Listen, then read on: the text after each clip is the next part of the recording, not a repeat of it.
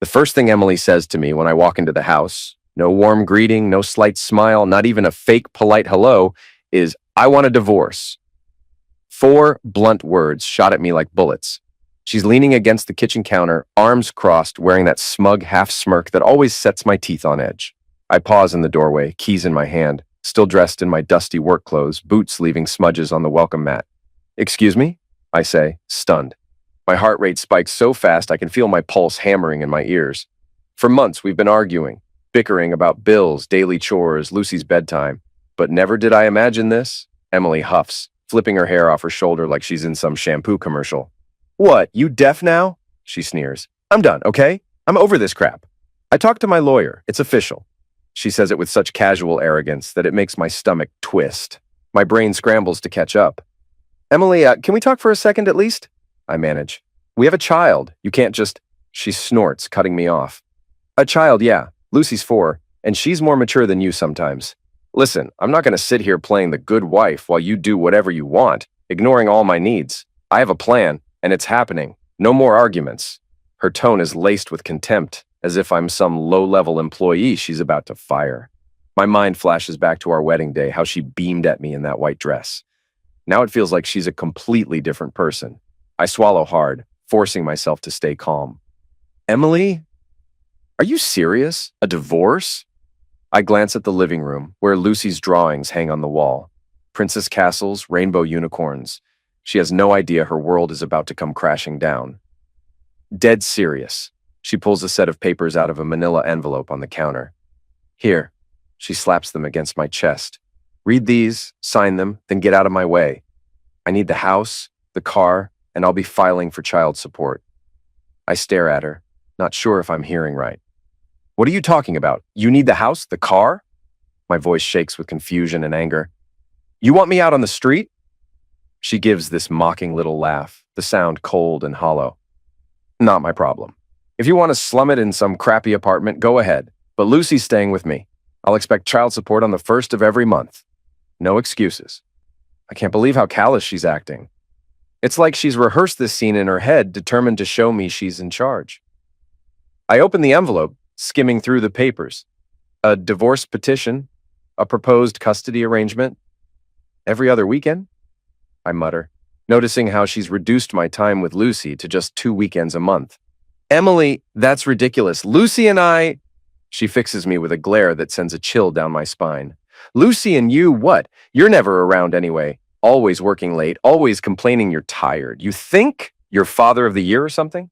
She leans forward, her voice dropping to a scornful hush. "I'm done catering to your schedule. Lucy's my daughter, and if you can't keep up, that's on you." Before I can protest, she rolls her eyes and mutters, "God, you always act so shocked. Look, sign or don't sign, the court's going to side with me anyway. I've got a good lawyer, a job, and I'm the primary caregiver." She lifts her chin, smirking. "What do you have, besides some overinflated ego?" I grit my teeth, trying not to snap. "We've been married for 5 years, together for 7. I've provided for us. I pay the bills, the mortgage, Lucy's daycare, groceries, everything." She snickers, tossing her hair again. "How sweet. You want a medal for doing what you're supposed to do? Don't make me laugh, okay? Just shut up and sign." I glance at the documents, my vision blurring with anger and disbelief. I can't give in to her demands. "I'm not signing anything right now," I say, my voice cracking. "I need to talk to my own lawyer first." Emily heaves a dramatic sigh, clapping her hands slowly in mock applause. "Wow, big man, gonna lawyer up. Good luck affording one." She points a manicured finger at my chest. "This is happening. I'm done with your lazy ass. And Lucy, she's staying with me. You can get her every other weekend, maybe." My ears ring with the sheer cruelty of her tone. I snap the folder shut. "Fine," I say, stepping away before I lose my composure. "I'll call an attorney. I'll fight you on custody." She arches an eyebrow, lips curling. "Fight all you want, honey. You'll just end up embarrassing yourself." Then she pivots, marches down the hallway, and slams the bedroom door. It's like she can't stand the sight of me for another second. I'm left standing in the living room, trembling. Lucy's door is cracked open, her stuffed animals visible on the rug. My sweet little girl has no clue her mother and I are on the brink of a nuclear meltdown. All I can think is, where did this come from? Sure, things have been rough, but we have a daughter. Doesn't that mean something? I I blow out a shaky breath, slip the papers into the envelope, and place it on the coffee table. I need help. Somebody. Anybody. My mind scrambles for a plan, but the only thing I know is that I can't let Emily walk all over me, not when Lucy's future is at stake. A few days later, I'm on the phone with a lawyer named Tim, recommended by a coworker. We set up a consultation. Meanwhile, Emily is in full queen of the castle mode at home, ignoring me unless it's to deliver some scathing remark. She's packed half my stuff into boxes, stacking them in the garage as if I've already moved out. The tension is thick enough to choke me. That Friday, Lucy returns from daycare and Emily announces she's going out with friends. "Don't let her stay up all night," she snaps, glaring at me from across the living room. "I'm not picking up your slack if she's grumpy tomorrow." My jaw tightens. "I know how to take care of my own daughter," I say. "I've been doing it for 4 years." She lets out a mockingly sweet laugh, like she's talking to a dim-witted child. "Oh, sure, you're such a star dad. That's why you're never around, right? Whatever." She grabs her purse and heads out the door with a dismissive wave. I slump onto the couch, rubbing my temples. Lucy plays at my feet, humming some tune from a cartoon. I want to protect her from all this chaos, but I can't hide the fact that Emily's basically ripping us apart. The next morning, I meet with Tim in his cramped downtown office. He's a wiry man in a slightly wrinkled suit, but his handshake is firm. "Divorce, child support, custody," he says, tapping his pen on a yellow notepad. "Happens all the time." I swallow. Emily's demanding everything. The house, the car, and basically wants me to pay monthly child support even though I already pay for most expenses. She's acting like I contribute nothing. Tim shrugs. Happens a lot, unfortunately. The spouse who has primary custody usually aims to get the house, especially if the court believes that's what's best for the child's stability. As for child support, you're on the hook if you're the father, no matter what you paid before. It's a legal formula, not based on your personal history of covering bills. My gut churns. She also wants to limit me to every other weekend with Lucy, I say, voice tight. Tim adjusts his glasses, scribbling notes. "Standard arrangement, I'm afraid, but we can fight for more time if you have a strong case. Judges sometimes grant 50 custody if you can prove you're an equally capable parent." "She's turned so hostile," I murmur, acting like I'm the enemy. "I never saw this coming." Tim folds his hands, giving me a sympathetic nod. "Divorce can bring out the worst in people. The key is to keep your emotions in check, gather your financial documents, and let me handle the legal side. Don't get sucked into her mind games." I nod, though I feel nauseous. We talk specifics about the house, the mortgage, our finances. Tim outlines the next steps. We'll file a response to her petition. Fight for shared custody? But be prepared, it's going to be costly and draining. Stepping out of Tim's office, I feel a pang of dread. Emily's arrogance, the venom in her voice, the mocking taunts. This is just the start of a legal war. And Lucy's caught in the middle. Sure enough, over the following weeks, Emily does everything in her power to make me miserable. She mocks me for losing weight. "Can't handle the stress, big guy?" she jeers, passing me in the hallway. She sneers at me when Lucy asks me to read her a bedtime story. "Oh, look who finally has time to tuck his kid in," she says, arms folded. I've taken to sleeping on an inflatable mattress in the makeshift office. Every day feels like a punishment. Yet, ironically, Emily hasn't forced me out of the house completely. I think part of her enjoys lording her power over me, like she wants to watch me squirm before she finally shows me the door. One evening, Lucy's in bed, and Emily corners me in the kitchen. "Hey," she says in a low voice, "when are you moving out? I'm sick of seeing your face." My hands clench at my sides.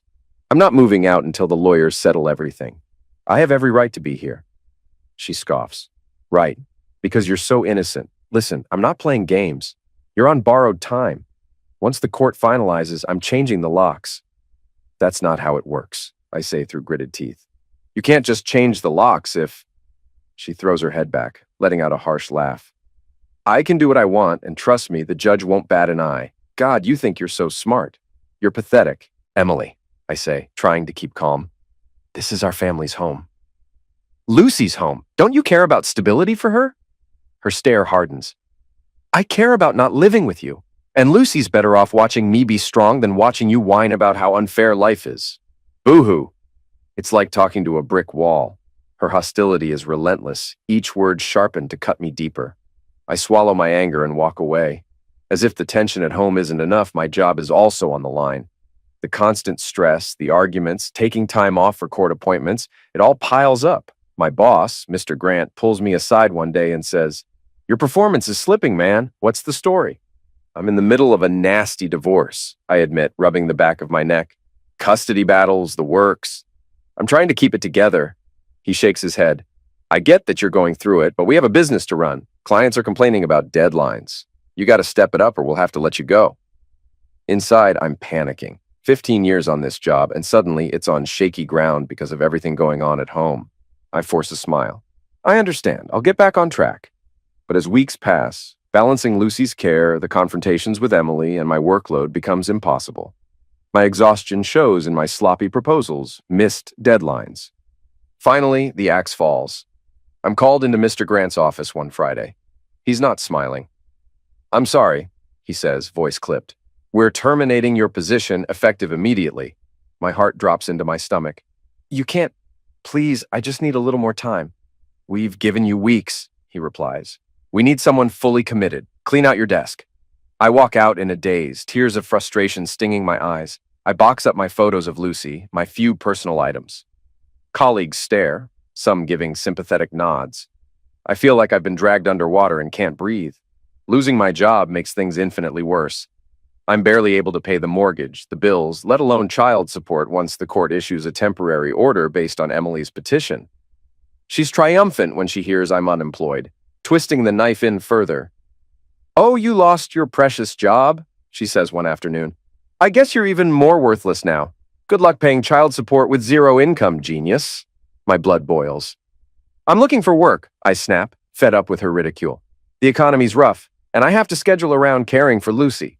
She waves a dismissive hand. "Not my problem. You better cough up the money, or I'll make sure you regret it. You want to see Lucy at all, you better pay up." I can't believe how she's talking to me, like a mob boss threatening a delinquent. Still, she's not bluffing. If I don't pay, she'll go to the authorities. And that's exactly what happens when I finally run out of savings and can't make a payment in time. Emily calls me up one night, cussing me out. "Where's my money?" she hisses. "Don't you dare ignore me." I'm trying," I stammer, sweat beading on my forehead. "I just got an interview. I'll figure something out, but I need more time." Her sneer is practically audible through the phone. "More time, my ass. I told you I'd make life hell if you messed with my finances. I'm done playing." She hangs up. Sure enough, days later, at 6 in the morning, there's a furious pounding at my door. 2 cops stand there, asking if I'm me, reciting my rights, arresting me for unpaid child support. My neighbors peek through blinds and windows, watching as I'm handcuffed and escorted to a squad car. I feel like a criminal, but all I did was lose my job. My mind reels on the ride to the station. Lucy's face keeps flashing before me. How do I explain to her that her dad was put in jail because he couldn't afford a check? This is insane. Because it's a weekend, I can't see a judge until Monday. So I spend 2 nights in a holding cell that smells like sweat and bleach, with strangers who are in for God knows what. The clang of metal doors opening and shutting echoes in my head. I keep my gaze low, not wanting to invite any trouble. When Monday comes, I shuffle into a tiny courtroom in an orange jumpsuit, wrists cuffed. The judge barely looks at me as he reviews my case. "Non-payment of child support, repeated warnings," he intones. "I'm sentencing you to 5 months in the county detention center." I gape at him, numb with disbelief. 5 months for losing my job and missing a couple of payments? My court-appointed lawyer tries to argue that I was looking for work, that it's a hardship, but the judge is unmoved. "That's the law," he says, banging his gavel. Next thing I know, I'm at county, wearing another jumpsuit, this time in a crowded dormitory with 50 other men. The smell of unwashed bodies, stale food, and disinfectant assaults my nose. I bunk with a guy who nods at me but doesn't bother making conversation. The background noise never ends. Shouting, coughing, random footsteps. My anxiety is at a permanent high. I keep my head down, do what I'm told, try not to make waves. But at night, when everything quiets, my thoughts tear at me. Emily's smug face creeps in, mocking me for failing to pay. Lucy's sweet smile haunts me, not knowing why Daddy disappeared. I feel a toxic mix of sorrow and rage. How did my life spiral so fast? 3 weeks in, I get a letter. I recognize the return address. Brandon, an old buddy who used to come to our barbecues. We drifted apart a couple of years ago. My hands shake as I open it. The noise in the block is loud. Some guys are arguing, others playing cards, but I tune it out. Brandon's words hit me like a sledgehammer. He's sorry he kept quiet, but he can't take it anymore. Emily's been cheating on me for years. She's been seeing another guy, Cole, since before Lucy was born, and he suggests I get a paternity test because there's a good chance Lucy might not be mine. I can hardly breathe. My heart slams against my chest. I reread the sentences. Emily has been with Cole forever. She bragged about how she had you paying for everything. I think you need a DNA test. Sorry, man. My head spins. Images of Emily's smug grin. Those nights she claimed she was running late at the store. The secretive phone calls. The weird tension with certain male coworkers. Now it all makes sense. If Lucy isn't even mine, then I've been paying child support, going to jail, losing my job. For a child Emily tricked me into raising? Anger seethes through me. I crumple the letter in my fist, pressing it against my forehead. My bunkmate glances over, but I ignore him. All I can think is, the minute I'm out, I'm getting that test, and I'm making her pay. Sleep is impossible that night. I'm caught between heartbreak and fury. Lucy is the light of my life. But if she's not my biological daughter, what does that even mean? The emotions churn in a swirl of confusion. My release day finally arrives. It feels like forever since I've breathed fresh air. The guard hands me my clothes, the ones I wore the morning I was arrested. They don't fit quite the same. I've lost weight. My reflection in the dingy mirror shows new lines on my face. When they buzz me out the front doors, the sunlight feels blinding. I have no job, no savings, no house to call my own. But I have a plan. See a real lawyer, get a paternity test, and then make Emily face the truth. I hail a cab with the few dollars I have left. My parents offered to pick me up, but I wanted to do this alone, free of pitying eyes. I meet a lawyer named Daniel, a friend of a friend. He has a small, cluttered office, but a reputation for being tough in court. I explain everything. The divorce, the child support fiasco, jail, and Brandon's letter about Emily's affair and Lucy's uncertain paternity. Daniel listens with a grim expression. When I finish, he says, "This is serious. If Lucy isn't yours, then Emily committed fraud. You have grounds to sue for damages, possibly to recoup child support. You can also request a court-ordered paternity test immediately." I nod, my throat tight. Let's do it. I need to know the truth. This can't go on. Daniel taps his pen on the desk. Brace yourself. It might be messy. Emily won't go down quietly. She might stall or challenge the test. But we'll push for a judge's order. When the day comes for the paternity test, I find myself in a clinical office building. The walls painted a dull beige. Emily arrives with Lucy, looking haughty as ever. She's wearing designer sunglasses perched on her head, lips curved in a sneer. As soon as Lucy sees me, her face lights up. "Daddy!" she cries, rushing into my arms. Emotion claws at my chest. I hug her tight, inhaling that strawberry scent from her shampoo. Emily stands behind her, arms crossed, giving me a look that says, "Don't you dare try anything." The nurse calls us in. Lucy is oblivious, giggling when the nurse swabs her cheek. I hold Lucy's hand, trying not to crumble inside. Then the nurse swabs me. Emily refuses to meet my eyes. Afterward, in the hallway, Emily corners me. "What, you think you're clever?" she hisses under her breath. "Dragging us here for a stupid test? You're wasting your time." I clench my jaw. If Lucy's mine, then I have every right to be in her life. If she isn't, then I deserve to know. It's that simple. Her lip curls. "You're such a pathetic loser. Even if the test says what you want, you can't afford the child support anyway. And if the test doesn't go your way, well, guess you made a fool of yourself for nothing." I inhale slowly, reminding myself not to cause a scene. Lucy tugs on my arm, looking confused. Emily snatches Lucy's hand and mutters, "Come on, baby, let's go," as if I'm some stranger. I stand there watching them leave, my heart heavy. 2 agonizing weeks crawl by as I wait for the test results. I sleep on a friend's couch, scanning job listings by day, tossing and turning by night. My phone rings nonstop with unknown callers. Bill collectors, maybe. I ignore them. My only focus is that letter confirming Lucy's paternity. When it comes, I sit on my friend's back step and carefully open the envelope. The clinical language stares back at me. 0.0% probability of paternity. Lucy isn't mine. The world blurs. I reread it, praying there's a mistake, but the science doesn't lie. I slump against the step, tears threatening to fall. I think of Lucy's big eyes, her giggle, how she'd say "daddy" with such pure happiness. She's not my blood. Emily played me for a fool. Brandon was right. Once the initial shock wears off, a dark anger rises in me. Emily knew. She used me for years, made me pay every bill, locked me out of Lucy's life, then threw me in jail when I couldn't keep up. And Lucy, she's the real victim here, an innocent child stuck in a web of lies. I grab my phone, call Daniel. My voice trembles. She's not mine. I want to go after Emily for fraud, emotional distress, everything. She can't get away with this. He's calm but resolute. I understand. We'll file immediately. You're entitled to reimbursement, and we can push for criminal charges depending on the state laws. Let's meet tomorrow. I hang up, exhaling a shaky breath. This is war. Emily humiliated me, cost me my job, my freedom. Now I'll see that justice is served. Court day arrives, and my stomach churns with nerves. I'm at the plaintiff's table with Daniel, who flips through a folder of evidence, the paternity test, copies of child support checks, statements from Brandon about Emily's long affair. Emily sits across from us, her lawyer at her side. She looks anxious, but still defiant, her chin tilted up, eyes cold. The judge, an older woman with sharp features, calls us to order. Daniel presents our case methodically, explaining how Emily defrauded me into believing I was Lucy's father, how I supported her financially for years, even going to jail for missed payments. Emily's lawyer tries to defend her, saying she was unsure about Lucy's paternity, that she acted in good faith. Emily puts on a fake, remorseful face, but it doesn't match the sneer flickering at the corners of her mouth. She glances at me with contempt, like I'm an insect she wants to crush. Then Daniel calls Brandon as a witness. He testifies about how Emily bragged to him at a party, letting slip she was sleeping with Cole while passing Lucy off as mine for financial gain. Emily tries to interject, hissing, "He's lying! He's always had it out for me!" But the judge warns her to remain silent. When the paternity test is entered into evidence, Emily's facade cracks. She shifts uncomfortably, shooting me a venomous glare.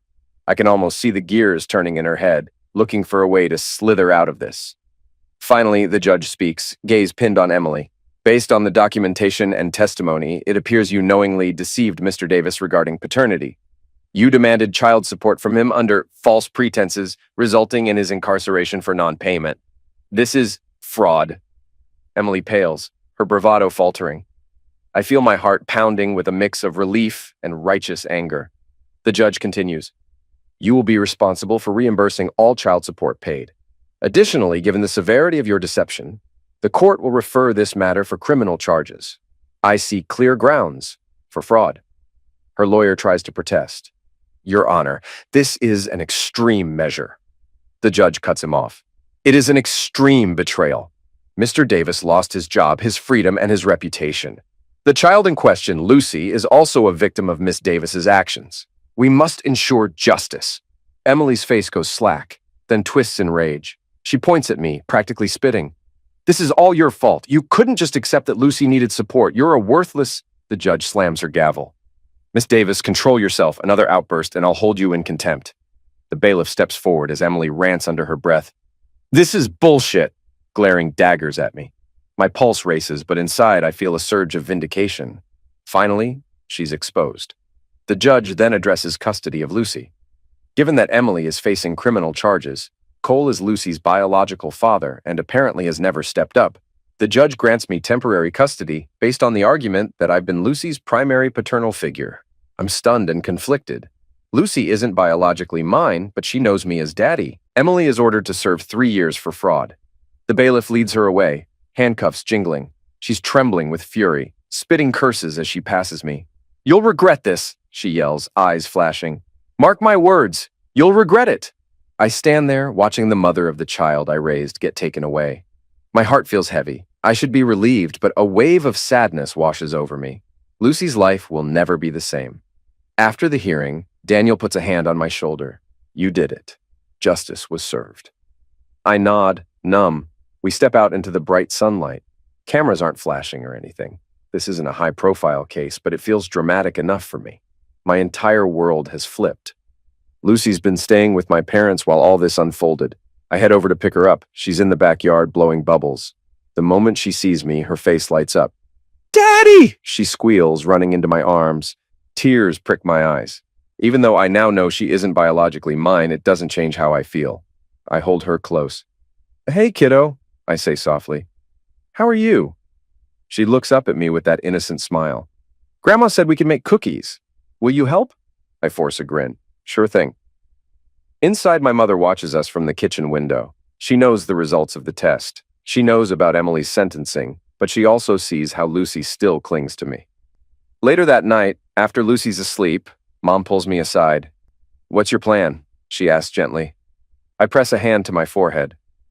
"I'm not sure," I admit. "Legally, I have custody for now. Cole doesn't want to be involved, apparently. I can't just abandon Lucy. She's 4, and I'm the only dad she's ever known." Mom nods, eyes glistening. "You love her, that's clear. Biology isn't everything." I sigh, the weight of it pressing on me. I'm going to do my best, but how do I explain this to her one day? That Emily lied? That I'm not her father by blood? Mom rubs my shoulder. "One step at a time. For now, just be the dad you've always been. The future will sort itself out." So I move forward. I focus on Lucy's daily routine. Preschool drop-offs, story time, chicken nuggets for dinner. My parents help with bills until I can find steady employment. Emily's in prison, and though a small part of me feels satisfaction that she's finally held accountable, another part aches for Lucy. She's lost her mom in the ugliest way. Legally, I'm the caretaker. Lucy's real father, Cole, is court-ordered to pay minimal child support, but he doesn't seem interested in raising her. I get an occasional check, a fraction of what I once paid Emily, ironically enough. But Lucy is my priority, so I do my best with what I have. Weeks become months. I land a new job at a smaller firm, thanks to an old colleague who vouches for me. It's not the same salary, but it's a start. Lucy adapts surprisingly well. She misses her mom sometimes, asking when she's coming home. I do my best to explain that Mommy can't be with us right now. She's too young to grasp the truth.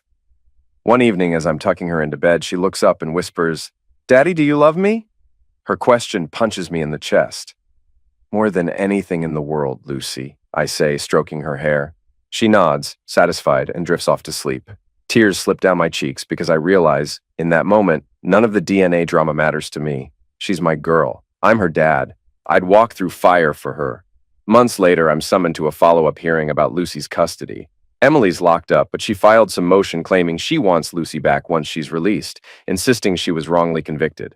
My lawyer believes it's a Hail Mary attempt to shift blame. Still, I'm on edge. Court day arrives, and Emily appears via video conference from prison. She looks disheveled, but there's still a trace of that old arrogance in her sneer. When the judge asks her to speak, she launches into a tirade, claiming I set her up, that Brandon lied, that the test was tampered with. Daniel calmly presents evidence that has already been validated. The judge isn't swayed by Emily's theatrics. She affirms my custody, stating Emily won't have any parental rights until she completes her sentence and shows proof of rehabilitation. Emily stares at me through the screen, her eyes filled with hatred. "You're gonna pay for this!" she spits. I don't respond. The bailiff cuts the connection. I walk out, my heart pounding but also relieved. Lucy is safe from her mother's manipulation for now. I feel no triumph, just a weary acceptance that this is how life is going to be.